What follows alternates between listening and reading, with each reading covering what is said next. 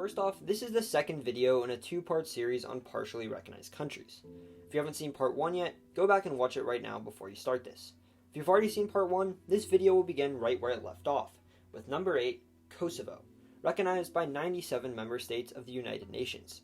Kosovo is located in the Balkans and is claimed by Serbia. The conflict goes back to World War I. A group of people known as the Slavs lived throughout Eastern Europe, united by similar languages and traditions. Before World War I, Slavic people in Northern Europe had lived mostly in Russia, but in the Balkans of Southern Europe, Slavs didn't have their own country, and were split between empires like the Ottoman Empire and Austria-Hungary, or smaller countries like Serbia, which Kosovo was a part of, and Montenegro. After the end of World War I, the map of Europe was redrawn, and many ethnic groups who had been subjects of a larger empire were given independence.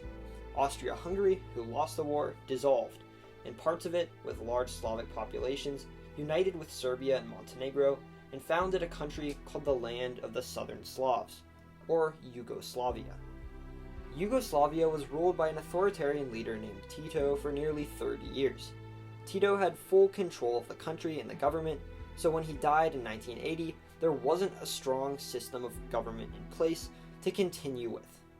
Yugoslavia was a culturally diverse country, home to numerous Slavic ethnic groups such as the Croats, Slovenes, Montenegrins, and Serbs, and the country was divided into different provinces, called republics, based on those ethnic groups. But the people of Kosovo did not consider themselves Slavic at all. They were mostly ethnically Albanian, and in 1981 they began protesting for the formation of their own republic within Yugoslavia. Tensions grew across Yugoslavia over the next decade until 1990, when the first election was held in decades. Supporters of the controversial Serbian leader Slobodan Milosevic won numerous seats across Serbia and Montenegro, but opposition to Milosevic and his centralized pro-Serbian policies stirred up support for parties advocating independence for different ethnic groups across other regions of the country. On June 25, 1991, Slovenia and Croatia each declared independence from Yugoslavia. In response, Yugoslav troops marched into Croatia, beginning a decade of the brutal Yugoslav Wars. As Yugoslavia was embroiled in civil war, Bosnia-Herzegovina and North Macedonia declared independence as well. By 1999, nearly a decade later, the war was finally over. Yugoslavia had split into 5 independent countries: Croatia, Slovenia, North Macedonia, Bosnia-Herzegovina, and Yugoslavia, which soon changed its name to Serbia and Montenegro. In 2006, Montenegro declared independence as well. Since the Yugoslav Wars, Kosovo had been governed by the United Nations, but remained a part of Serbia. As a region of Albanian Muslims in a country that was mostly Serbian Orthodox Christians, Kosovo wanted to leave Serbia. In 2008, they declared independence, but Kosovo was a holy region to the Serbian Orthodox Church, and had been part of Serbia for a long time. Serbia refused to recognize their independence, while other countries such as the US, UK, and much of Europe did. Today, the world is split over the sovereignty of Kosovo, the last point of contention in an area that has been embroiled in bitter conflict for decades. The 9th partially recognized country is Western Sahara, which is recognized by 40 members of the UN.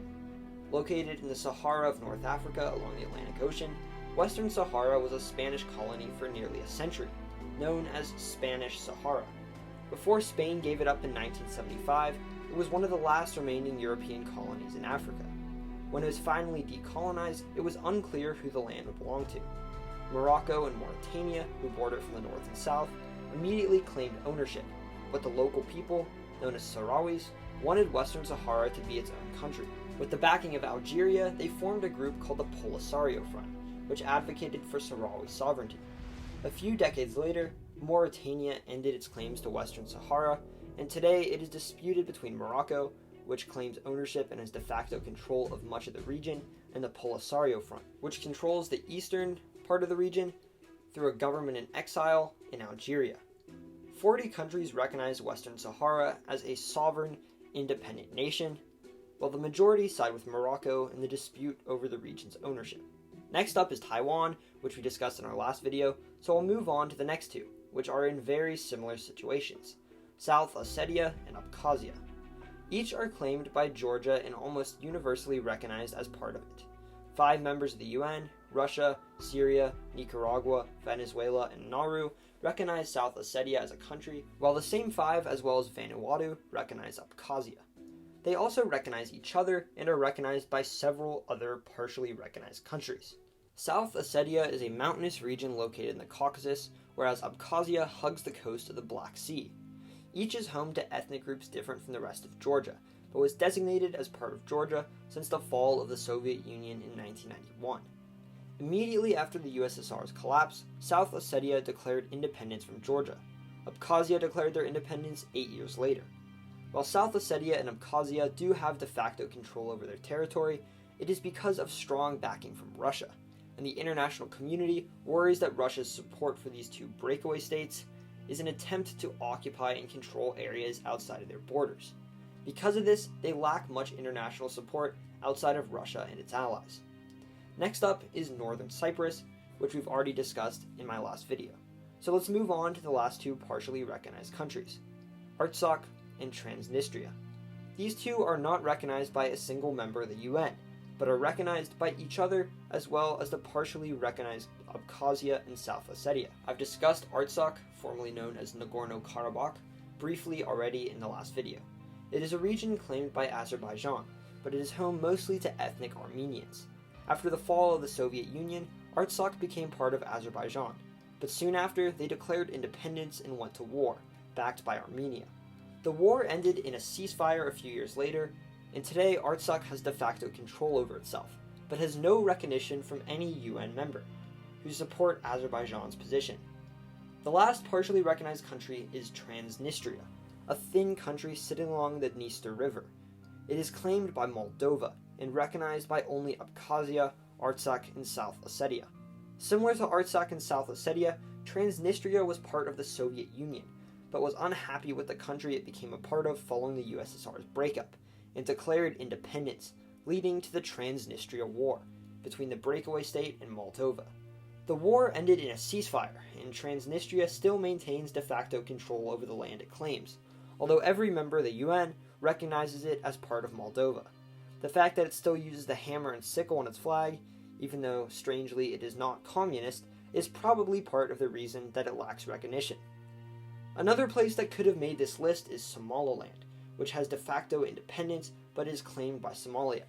However, as Somaliland has no recognition from any fully or partially recognized countries, although it claims sovereignty and functions as independent, it wouldn't make sense to put it on a list of partially recognized countries. Thank you for watching this video, and I hope you learned something new. Subscribe for more content like this. I cover the countries, cities, people, and places of the world and beyond. These videos will leave you saying, "That is interesting."